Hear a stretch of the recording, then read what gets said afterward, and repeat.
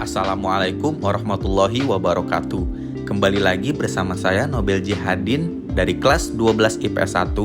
Hari ini saya akan menjelaskan materi geografi yang berjudul Interaksi Keruangan Desa dan Kota. Berikut ulasannya. Oke, materi yang pertama yaitu desa.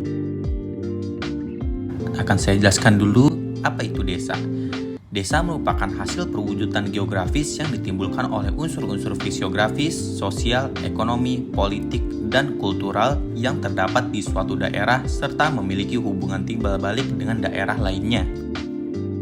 Terdapat unsur-unsur desa seperti penduduk yang meliputi kualitas dan kuantitas penduduk, perilaku, meliputi pola tata kehidupan atau kelakuan, tata pergaulan masyarakat desa, adat istiadat, dan norma-norma yang berlaku di daerah tersebut, dan wilayah, merupakan tempat bagi manusia untuk bisa melakukan berbagai aktivitasnya. Desa memiliki ciri-ciri umum seperti proses sosial berjalan lambat, sifat gotong royong masih kuat, tingkat pendidikan relatif rendah, golongan orang-orang tua kampung umumnya memegang peran penting, masyarakat masih memegang norma-norma agama secara kuat. Warga masyarakat memiliki hubungan kekerabatan erat karena berasal dari satu keturunan, corak kehidupannya bersifat paguyuban, struktur ekonominya agraris, dan cara bertaninya sebagian besar masih tradisional. Berdasarkan tingkat perkembangannya, desa dibagi menjadi 3, yaitu desa swadaya, desa swakarya, dan desa swasembada. Desa swadaya adalah desa yang masyarakatnya masih memegang teguh adat istiadat dan tradisi. Tingkat pendidikan masyarakat masih relatif rendah. Desa swadaya menggantungkan sektor produksi untuk kebutuhan primer keluarga, belum ada upaya memproduksi untuk kebutuhan industri atau kebutuhan pasar di luar, sehingga potensi yang dimiliki desa belum dapat dikerjakan secara optimal. Yang kedua, desa swakarya, yaitu desa yang dalam perkembangannya memiliki tingkat kemajuan di atas desa swadaya. Dalam desa swakarya, pengaruh dari luar mulai masuk yang kemudian memberikan perubahan di masyarakat desa dalam cara berpikir. Desa swakarya juga ditandai dengan mulai beragamnya pekerjaan yang ada di tengah masyarakat. Yang ketiga, yaitu desa swasembada. Desa ini sudah mengalami kemajuan. Masyarakat sudah memiliki tingkat pendidikan dan kesadaran yang tinggi. Desa ini, masyarakatnya memiliki kemampuan untuk memanfaatkan dan mengembangkan sumber daya alam atau potensi lokal yang ada di desa. Desa memiliki potensi yang dibagi menjadi potensi fisik dan potensi non-fisik. Potensi fisik meliputi iklim, flora dan fauna, lahan, dan air. Sedangkan potensi non-fisik meliputi lembaga dan organisasi sosial, aparatur atau pamong desa, dan masyarakat desa. Adapun fungsi desa yaitu desa sebagai mitra pembangunan wilayah kota. Desa merupakan hinterland, daerah penyokong dan penyuplai kebutuhan masyarakat kota. Desa sebagai sumber bahan mentah bagi kota dan desa sebagai sumber tenaga kerja bagi kota. Terdapat pola-pola pemukiman di desa yaitu memusat, tersebar, dan memanjang atau linier. Nah, terdapat beberapa permasalahan di desa, yaitu tingkat pendidikan masyarakat yang rendah, lapangan kerja terbatas pada sektor agraris, penghasilan terbatas, fasilitas pelayanan umum sangat minim, dan tingkat kelahiran kematian masih tinggi.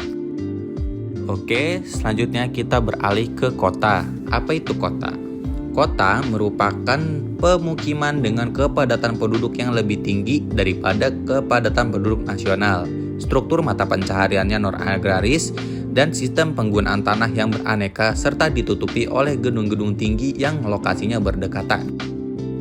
Kota memiliki karakteristik yaitu masyarakat yang heterogen, bersifat individualis dan materialistis, mata pencaharian non-agraris, corak kehidupannya bersifat Gesellschaft, terjadi kesenjangan sosial antara golongan masyarakat kaya dan masyarakat miskin, norma-norma agama tidak begitu ketat, pandangan hidup lebih rasional, dan menerapkan strategi keruangan yaitu pemisahan kompleks atau kelompok sosial masyarakat secara tegas. Berdasarkan tingkat perkembangannya, kota dibagi menjadi tingkat eupolis, tingkat polis, tingkat metropolis, tingkat megapolis, tingkat trianopolis, dan tingkat nekropolis.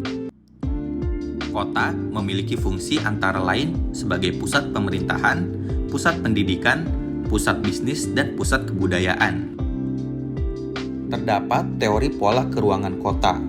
Yang pertama, teori memusat atau konsentris. Burgess berpendapat bahwa pola penggunaan lahan di perkotaan memperlihatkan zona-zona konsentris atau melingkar. Berikut ini adalah contoh kota yang menerapkan sistem konsentris. Yang kedua, teori inti ganda. Harris dan Ullman menilai bahwa kota tidak seteratur penggambaran Burgess tadi karena antar kawasan kota seolah berdiri sendiri. Berikut ini adalah contoh kota yang menerapkan teori inti ganda. Yang ketiga, yaitu teori sektoral. Hammerholt menyatakan bahwa struktur kota bukan merupakan lingkaran-lingkaran konsentris, melainkan berupa sektor-sektor terpisah dari dalam ke luar. Berikut ini adalah bentuk kota yang mempunyai pola sektoral. Dampak interaksi desa dengan kota.